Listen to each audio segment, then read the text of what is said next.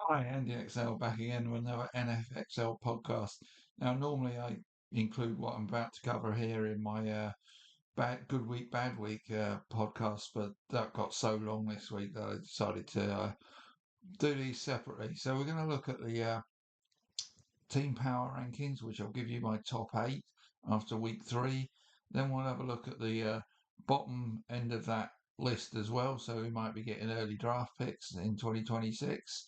Also have a look at the MVP standings currently, who might be in the lead of that race, and do the same for the offensive rookie of the year, the OROY.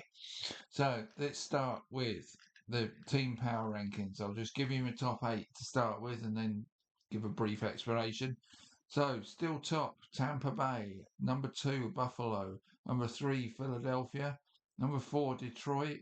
Number five, the LA Chargers. Six, Baltimore. Seven, Indianapolis. And eight, San Francisco. So, top of the list, Tampa, who win again. Their injuries continue to mount up low, so they will do well to keep their perfect record until they get some of those players back. So, looking at their upcoming games, they're definitely vulnerable at number one, but for now they stay there. Buffalo and Philly both won in week three. They maintain their positions. Detroit jump up three spots after beating Baltimore, who themselves dropped two spots. The Chargers slide in between the two at five, still going well, whilst Indianapolis hold it on the AFC Titans, and that brings them into this list at seven. Um, Unlike the Bucks, the 49ers keep winning hurt. So both teams, them, San Francisco and Colts, get on this list for the first time. But the 49ers are in such a competitive division, that's why they're probably not higher, even though they're 3 and 0 and beating the odds, a bit like the Colts. So down the bottom, my bottom seven, 32, the New York Giants, on course for the first overall draft pick so far. 31, Tennessee Titans. 30, the New Orleans Saints. 29, Cleveland Browns. 28, the Carolina Panthers. 27, the New York Jets. And 26, the Dallas Cowboys. The Giants go back to the bottom after their dismal performance against the Chiefs. Tennessee remain winless, so drop to 31.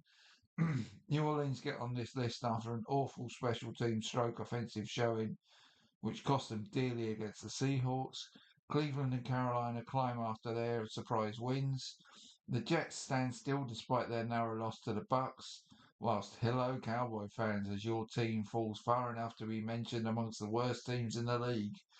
If you have any case for the defence, it won't be the Cowboys' own pitiful defence. Right, that's that. Let's have a look at MVP. Who's in the lead for this race? Well, I've got one, Josh Allen. Um, then I'm going to change the order up here. I'm going to put two, Jalen Hurts. Three, Justin Herbert. Four, Jared Goff. Five, Baker Mayfield. Six, Lamar Jackson. And seven, Jonathan Taylor. So week three saw another good showing for Josh Allen.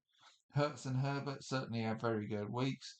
Mayfield continues to find a way to lead his team to late wins and has been a real difference maker for the Bucks. So that's got to stand him in good stead in this race. Hurts drops because of the loss to Detroit, and that's what moves Goff up the list. Uh, right, Jonathan Taylor's last on this list, and I keep defending putting him on here as the only non-quarterback ahead of Daniel Jones, who I think is more of a comeback player of the year candidate. Taylor now has 338 rushing yards and 431 scrimmage yards with four touchdowns for the season. He's doing a fine job of banging his own drum, so he really doesn't need me to do it for him. But I will. At his pace, he will rack up 2,442 scrimmage yards for a full season and over 20 scores. When you consider Saquon Barkley, inverted commas, only managed 2,283 yards, so 140 odd yards less than Taylor's on schedule for, and 15 scores, not the 20 that Taylor's on target for. Um, so if Taylor gets more for him on a team that will not be as dominant as the Eagles were last season, he should surely get his share of MVP votes, even though he's not a quarterback. Quarterbacks generally don't win this. I think only 2 or 3 running backs have won it this century. Um, but Taylor's making a case for himself. So keep an eye on that one. Right, offensive rookie of the year. 7 I've got listed here. Number 1, I don't know why I didn't put him in the list last year. That was a bit of a brain fart from me. Emeka Egbuka tops the list. Number 2, Tyler Warren. 3, Tech McMillan. 4, Cam Ward. 5, Ashton Jonty. 6, Amarian Hampton. And 7, Cam Scatterbo. With all the Bucks' injury issues, Egbuka has stepped up like a vet rather than a first-year wide receiver, so he has to be the clear front runner for me in this race right now. Tyler Warren had another highly effective game for the Colts in week 3, whilst Ted McMillan continues to flash abilities on a generally poor Panthers team. Similar could be said for Cam Ward, who's doing okay, but a quarterback needs to get wins for his team to have a chance of winning this award. Jonty hasn't quite fired yet. Week 4 could be a week to watch him, though. So, and he could do it so at any moment. It's just a matter of time with him, surely. Hampton now has a clear path to a big workload on a good Chargers team now that Najee Harris is out for the season. Um, and Cam Scatterbo is one I loved pre-draft and really thought he should go earlier than he did. And his all-in style of play is beginning to make him a cult hero on the struggling Giants roster. So they're the 7 I've got in the OROY race. And like I say, that was just a quick dish through power rankings for the teams, and then who might be in the featuring in the awards at the end of the season. So that's that. I'll be back to look at a week 4 preview next. See you soon.